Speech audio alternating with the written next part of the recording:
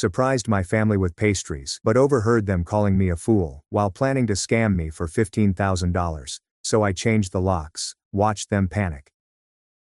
Last Friday, I arrived home early to surprise my family with their favorite pastries. Instead, I discovered them toasting to having a foolish relative with money. And that idiot relative was me. Standing in my own hallway, clutching a bag of chocolate croissants and listening to the individuals I'd given everything for prepare their next financial fraud against me, I recognized something that struck me like a freight train. I was not the family helper. I was the family idiot. My name is Madison. And I'll explain how I went from being my family's personal ATM to teaching them the most costly lesson of their life. 2 years ago, I believed I had my life sorted out. At 32, I recently divorced Nathan, not because we disliked each other, but because we had just drifted apart like old friends who had run out of things to say. Our divorce was orderly, courteous, and almost dull in its civility. There will be no shouting outbursts or custody fights for children we never had. Just paperwork amid the silent breakdown of a life we created together. The only major asset we had to divide was our country house, which was roughly an hour outside of town. Nothing extravagant, but it was on 2 acres of land and had a quiet atmosphere that let you forget about deadlines and traffic congestion. Nathan did not want it. He said he liked city life anyway, so it became mine in the colony. Initially, I intended to sell it immediately. What did a single lady require with a large house in the middle of nowhere? I had my eye on this stunning modern apartment downtown, near to my trading firm where I worked as a senior account manager. The mathematics was straightforward. Sell the house and purchase the flat altogether, no mortgage payments. Clean and practical. But then, my family became involved. My parents, Susan and John, are in their early 60s. Dad is a former construction worker with calloused hands and strong views on everything. Mom was a teacher before she retired, so she has a knack of making you feel terrible without saying you should. They'd always had opinions about my life choices, but they were generally suggestions rather than commands. Sophia, my younger sister, works at a chic downtown store. She's always been the social butterfly, remembering everyone's birthdays, planning family events, and making friends with strangers in grocery store lines. She had been seeing Daniel for almost 2 years. He appeared decent enough and worked in IT or something technical that I never understood. When I discussed selling the house during Sunday supper, it was as if I had joined a cult. "Madison, you cannot sell that magnificent house," Mom replied, her fork lingering halfway to her mouth as if I had personally offended her. "Think about all the memories we could create there." Sophia jumped right in. "Yes, sister. It may be similar to our family retreat place. We could hold barbecues and holiday parties there. Christmas mornings with snow on the ground. And summer evenings with fireflies." I attempted to explain my rationale. The house would mostly sit unoccupied. I didn't need that much space. The flat would be more practical and convenient. But then Mom took out the heavy weapons. She leaned across the table, took my hand with both of hers, and gave me the puppy dog eyes that she had been using on me since I was 5. "Please, Madison," she pleaded, her voice softening and imploring. "Keep the house for the family, for me." When your mother looks at you like that and says, "For me," resistance becomes almost impossible. I have always had a sweet spot for my family, particularly my parents. They worked hard their entire lives and never asked for anything, and now they're asking me to preserve something that would offer them joy. How could I say no? So I did not. Instead of selling the property and purchasing the flat altogether, I obtained a mortgage on a smaller apartment in the city. It wasn't the contemporary fantasy apartment I'd hoped for, but it was satisfactory. 2 bedrooms, a new kitchen, and a convenient location for shopping and work. The monthly payments weren't too hard, given to my good salary and the hefty down payment I had put up. After deciding to keep the house, I immediately installed a complete security system. I'm a single lady, and the house is rather remote. I wanted to feel protected while I was there alone. I had cameras put around the property and purchased one of those alarm systems that connect directly to a monitoring provider. The entire system cost me around $2,500, but it was well worth it for the peace of mind. I also handed my mother an extra set of keys. The happiness on her face when I gave them over made the financial sacrifice worthwhile. Over the next 2 years, the home served as the unofficial family headquarters. My parents would go out there for weekend trips, just the 2 of them, like if they were still young. Sophia would take Daniel there for romantic weekends, making lavish dinners in the kitchen and going for long walks around the property. During the holidays, the space would fill with voices and laughing. my parents, Sophia, Daniel, and on occasion, my mother's sister Catherine and her husband, as well as my father's brother David and his family. I honestly felt pleased about my decision. Sure, I was paying a mortgage when I could have purchased my condo outright, but seeing my family happy made it worthwhile. My employment was going great. The payments weren't too much for me, and I felt good about being the one who made family reunions possible.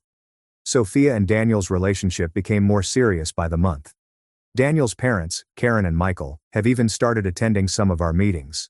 They appeared like fine people, perhaps a little more tense than our family, but polite enough.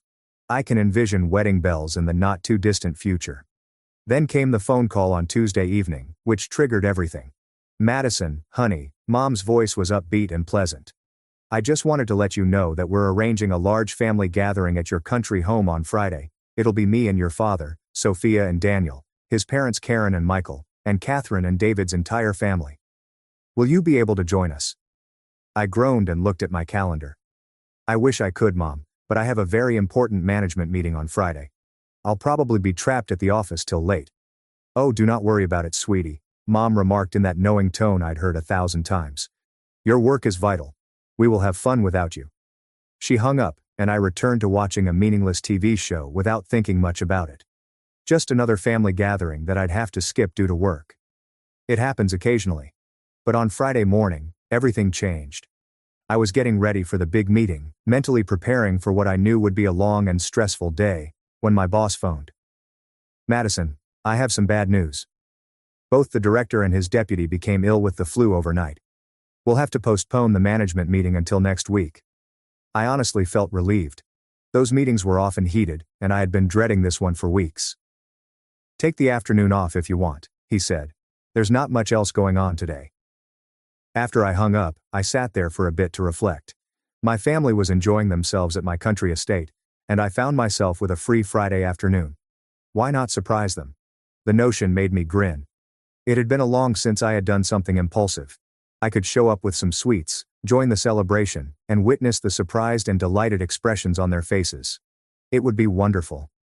I hurriedly got ready and headed to my favorite downtown pastry store. The type of establishment where everything costs twice as much but tastes like bliss. I purchased a variety of their greatest products: chocolate croissants, fruit tarts, and other sophisticated sweets whose names I could not pronounce. People are thrilled simply gazing at these delights. When I arrived into my country house's driveway, I noticed that all of the lights were turned on and numerous automobiles were parked outside. Mom and Dad's old Honda, Sophia's small red Toyota, Daniel's black SUV, and a few more automobiles I recognized as belonging to other family members. Everyone was there, and the sounds of voices and laughing coming through the windows indicated that they were having a good time. I collected the bag of pastries and silently exited my car. I wanted this to be a genuine surprise, so I sneaked in via the front door with my key. The noises were coming from the living room, and I could see there were a lot of people inside. I inserted my key into the lock as quietly as possible and spun carefully. The door opened silently. I went inside, holding my breath and trying not to make a sound on the hardwood floor. I was ready to come into the room and exclaim surprise when I overheard my mother utter something that caused my blood to freeze. I'm telling you, Madison is very foolish. The laughing that ensued seemed like a bodily blow. I squeezed against the wall, my heart thumping so hard that I knew they could hear it in the next room. She does anything we tell her to do, Mom said, her voice amused like a tiny puppet. It is almost too easy. More laughter, louder this time. Remember when we urged her not to sell the house? Dad spoke up and I could hear the amusement in his voice. She was prepared to sell it and buy herself a decent apartment entirely. But we told her a sob tale about family memories, and she kept the house and got a mortgage instead. Now we can use this gorgeous property anytime we want, but she has to pay for a small flat. My mother remarked the child has absolutely no backbone. And the nonchalant malice in her speech seemed like a knife in my chest. I could not breathe. This cannot be happening. These were the folks who were meant to love, support, and protect me no matter what. They were talking about me as if I were a joke. Then Sophia's voice broke through the laughing. And somehow this stung even more. Oh, and here's the greatest part. Every month I call Madison and whine over my rent, and she always gives me around $750 with no questions asked. $750. I recalled all the times Sophia had contacted me, seeming tense and concerned about money. All those times I felt good about being able to aid my younger sister. All those times, I deposited money to her account without hesitation, glad to be the older sister who could solve her difficulties. The audience erupted in laughter again, and I felt physically ill. Then I heard my Aunt Catherine's voice. That reminds me of when I contacted Madison 6 months ago. I informed her that I needed money for emergency dental work. They said it would cost $1,800, which I didn't afford. And she just handed it to you? Someone inquired without requesting any proof or information. Catherine laughed. I didn't want to see a dental bill or anything. I just deposited the funds to my account the next day. So, what exactly did you spend money on? Catherine excitedly announced that she had new living room furnishings. I got this beautiful sectional sofa and a coffee table set. Madison very much redecorated my living room for me. The laughing was becoming louder and more vicious. I noticed I was shaking. Then my Uncle David began talking, and I discovered that the $1,200 he needed for automobile difficulties last year was actually for a fishing boat he intended to purchase. $1,200. $1,800. $750 each month. All of these figures were building up in my brain, and I was beginning to comprehend how much money I had given away over the years. I worked hard for this money. Money I'd earned via long hours, unpleasant meetings, and meticulous planning. They took money from me while laughing at how foolish I was. I then heard Daniel's father's voice. It's very remarkable to have a family member like Madison. Someone who has money and just hands it out when you ask. Imagine having your own personal bank that never asks questions. That is precisely who she is. My mother agreed, and her voice was full of delight. A walking ATM. The nicest thing is that she never demands for her money back. She just gives it freely as if she were a charity. Well, we need to keep this gravy train going, Dad remarked. I can't allow her become too smart and start saying no to us. My mother's voice became enthusiastic. Actually, that's ideal timing because I've been considering our next major request. Sophia and Daniel are surely going to be engaged soon, correct? We've been talking about it, Sophia explained. Daniel has been looking at rings. Perfect, Mom continued. When that happens, we'll convince Madison that she has to pay for the wedding. I believe we can obtain at least $8,000 to $12,000 from her for that. Maybe more if we play it correctly. A wedding typically costs between $8,000 and $12,000. My sister's wedding, which I would not be engaged in arranging but would be expected to pay for. How are you going to get her to do that? Someone asked. Easy, Mom responded. And I could almost hear her kneading her hands together. We'll tell her it's what families do for one another, that she's the successful one, and that she should assist her younger sister have the perfect wedding. We will make her feel guilty if she even considers saying no. The sound of glasses clinking permeated the air. Here's to stupid relatives with money, someone shouted, eliciting laughter and cheers. And here's to Madison, my mother said. The gift that keeps on giving. I stood there in that corridor, clutching that bag of pricey pastries, feeling as if the entire world had crashed around me. These folks, my own family, did not perceive me as generous, kind, or loving. They viewed me as a target, a stupid, and a resource to be used. All the times I felt wanted and respected. All those times when I felt good about assisting them.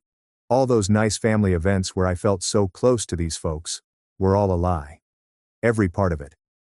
They did not love me. They cherished my money. I turned around as quietly as possible and headed back to the front entrance. I had to get out of there before they discovered I was inside the house. My hands were trembling so terribly that I could hardly turn the doorknob, but I managed. I got back to my car without making a sound and placed the pastries in the passenger seat. They suddenly seemed sad sitting there. I bought these costly sweets to surprise folks who believed I was an idiot. I started the engine and cautiously backed out of the driveway, trying not to let my emotions take over until I was well away from the home. But as soon as I was out of sight, the tears started streaming. By the time I returned to my apartment, I was weeping so hard that I couldn't see to drive. I sank into my couch and wept for hours. Not just sad tears, but furious and wounded ones. Tears of betrayal, shame, and outrage. I spent the whole weekend reflecting on what I had heard and what I intended to do about it. Part of me wanted to contact them right away and confront them, yell at them, tell them how I felt about their little plot, and cut them off totally. But suddenly I realized something. They had recently made preparations to have me pay for Sophia's wedding. They were so confident in their deception, and so certain of my idiocy, that they lay out their whole approach right in my living room. Let's see how that goes, I thought. I did not have to wait long. 2 weeks later, my phone rang on a Tuesday evening. It was Mom, and she sounded really excited about something. Madison, oh honey, I have the most wonderful news, she told me. Sophia and Daniel got engaged. Can you believe it? Daniel proposed last night with this beautiful ring. Sophia is over the moon. That's so sweet, I said, playing along. I bet she was completely surprised. She was. And Madison, we want to have an engagement party to celebrate. I was thinking we could have it at your country house in a couple of weeks. Would that be okay? I thought. Here it comes. Of course, Mom. The house is always available for family events. There was a lull, and I could almost hear her getting ready for the big ask. Madison, honey, there's just one tiny little problem, she replied, her voice becoming concerned. What's wrong, Mom? Well, we want to make this party really special for Sophia and Daniel with nice catering and decorations and everything, but we're a little short on funds right now. I had to bite my tongue to avoid laughing. Oh no, that's too bad. I feel terrible asking, but we need about $4,500 to make this party really nice. For the catering, the decorations, a gorgeous engagement cake. I know it's a lot of money, but Sophia only gets engaged once. There it was. 2 weeks ago, I overheard them discussing the same strategy. $4,500, I responded, my voice seeming apprehensive. Wow, that is a lot. I know, but you make good money at your job, and Sophia is your only sister. This is such an important moment for her. I could almost hear her holding her breath, waiting for me to agree, just as she usually did. Mom, I wish I could help, but I don't have that kind of money available right now, I told her. I just had some unexpected expenses come up. Some repairs on my apartment that I had to pay for. My emergency fund is pretty much tapped out. I could see she was disappointed, but she tried not to express it. Oh well, what if Sophia and Daniel and your dad and I paid for everything up front and then you could pay us back later when you have the money? Perfect. They were quite predictable. That sounds like it might work, I said. You guys go ahead and order whatever you want for the party and I'll pay you back as soon as I can. Really? Oh, Madison, you're an angel. I'll call the caterers tomorrow and get everything set up. Sounds great, Mom. I can't wait for the party. After she hung up, I sat there, shaking my head. They were so certain they had me figured out that I handed up $4,500 without hesitation, just like I had always done. They were going to learn something new about me. 2 weeks passed, and on Thursday, I phoned a locksmith and booked a visit to my country home on Friday evening. I informed them I wanted all of the locks replaced, including the front and back doors. I made sure to plan them for late in the evening, when no one in my family would be there. On Friday after work I drove home. They had already decorated for Saturday's festivities. Actually, the site looked magnificent. They'd placed streamers and balloons everywhere, set up exquisite tables with white tablecloths, and hang string lights to make everything appear spectacular. They had really gone all out. I nearly felt awful about what I was planning to do. Almost. The locksmith arrived just on schedule at 7 p.m. Jericho was a kind man who didn't inquire why anyone would want to change their locks the night before a party. After he went, I wandered through the home once again, admiring the decor. Then I began putting everything down, including the streamers, balloons, and elegant table settings. I crammed everything all into large black rubbish bags, trying not to think about how much effort they had taken into making the room appear immaculate. When I finished, I moved the bags to the corner of the house, where they would be visible from the driveway but out of the way. Then I drove home and waited for tomorrow's concert to begin. The next morning, Saturday, I texted my mom. Hello, Mom. I'm so sorry, but I won't be able to attend Sophia's engagement celebration today. I'm feeling fairly unwell with a cold and don't want to make everyone else sick. She responded approximately an hour later. That is fine, Madison. Feel better. That was it. Number. Oh no. Are you okay? Or are you in need of anything? Or I hope you'll feel well soon. Just that is fine. She did not even pretend to be concerned about my health. She seemed relieved that I wouldn't be there. I spent the morning lounging in my flat, waiting to see what happened. I had a pizza for lunch and prepared myself a cup of coffee. Then I settled in to watch some television. Around 2 o'clock, my phone started ringing. It was Mom. I smiled and sent it to voicemail. A few minutes later, Father phoned. I didn't respond to that one either. Then Sophia called. Nope. Then Mom again. Still no response. My phone started vibrating with texts. I eventually checked them after approximately 20 minutes of frequent alerts. Madison, we are at the house but our keys do not work. Mom. The locks are different. What has happened, Dad? Madison, why are you not answering the phone? We can't get in. Sophia, this is absurd. The keys do not fit at all. Mom, again. I put my phone away and let them stress for another 30 minutes while I ate my pizza. It was really rather serene knowing that they were all standing outside my house, bewildered and irritated, most likely fighting over what to do. Finally, when I thought they'd had enough, I responded when Mom phoned again. Madison, thank God you responded. She yelled into her phone. We're all at your house but we can't go inside. All of the relatives are present. Daniel's parents are present. The caterers just arrived with all the food and we're standing in the driveway like idiots because the door won't open. That's strange, I responded, taking a drink from my coffee. What do you mean by weird?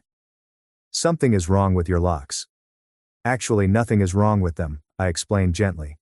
I got them replaced yesterday. For around 10 seconds, the other end of the phone remained silent. Did you change the locks? Mom eventually stuttered. Why would you do that? I nonchalantly replied. I heard you call me stupid about a month ago. You and everyone else there were laughing at how dumb I am. Another pause. I heard voices in the background. Probably everyone wanted to know what was going on.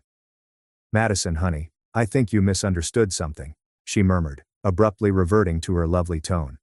We would never say anything like that about you. Really? So you didn't say I was incredibly stupid and that I do whatever you tell me to do like a puppet. There is more stillness.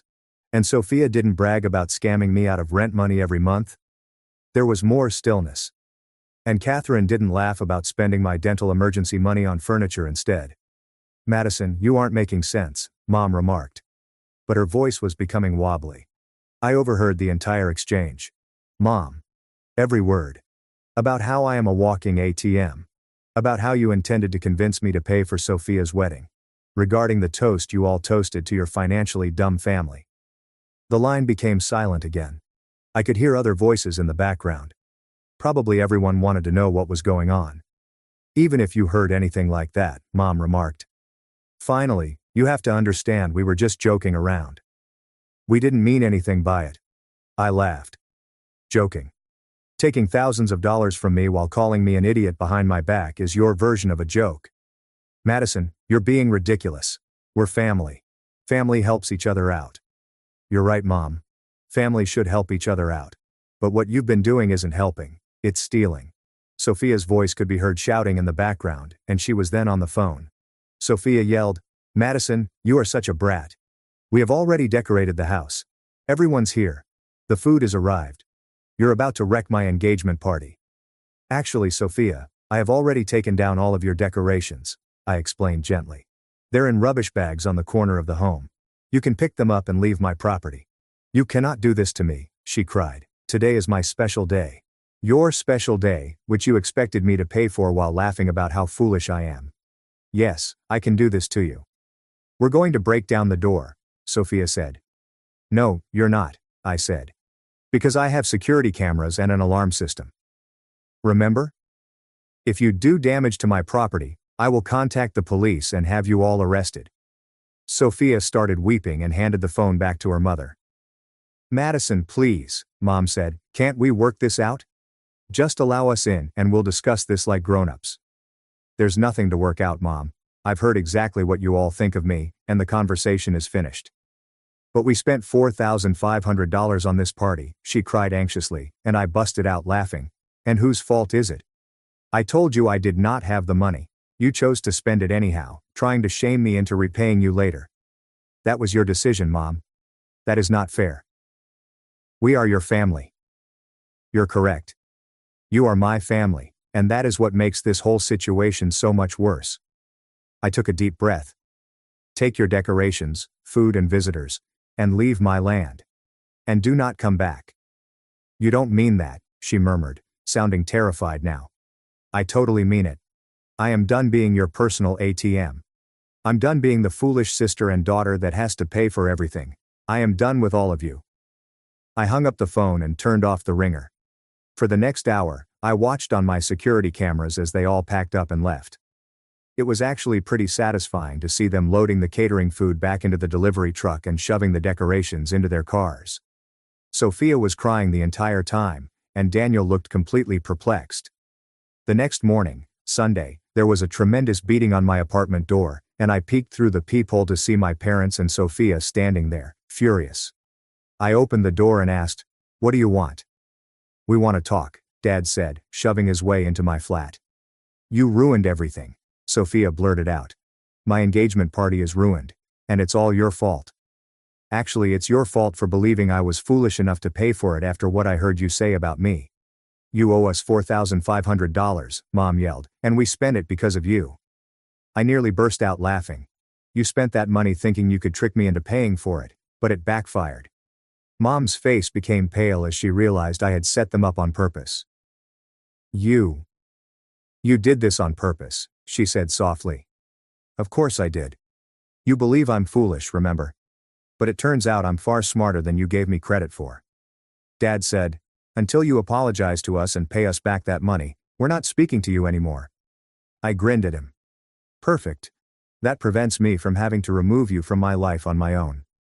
I don't want to talk to any of you anymore." "You can't be serious," Mom said. "Dead serious. I am done giving you money. I am done letting you use me. I am lots smarter today, aren't I?" I unlocked my flat door. "Now get out." I never sold the country house. Instead, I signed a contract with a real estate agency, and they rent it out as a vacation rental. The income actually helps pay my mortgage, and I no longer have to deal with my freeloading family. Sophia married last month, according to Facebook. It was a small, inexpensive ceremony at a local church. I wasn't invited, and I obviously didn't send a gift. My parents and Sophia have tried to contact me a few times through mutual friends, but I ignore them because I'm not interested in reconciling. They told me exactly what they think of me, and I believe them. My bank account is healthier, my stress levels are lower, and I've started building relationships with people who actually care about me as a person, not as a source of money. It turns out I'm not as stupid as they thought, and I'm just tired of being their fool. Sometimes the individuals who hurt us the most are the ones we absolutely trust. Nonetheless, realizing their actual character might be just what we need to finally start living for ourselves.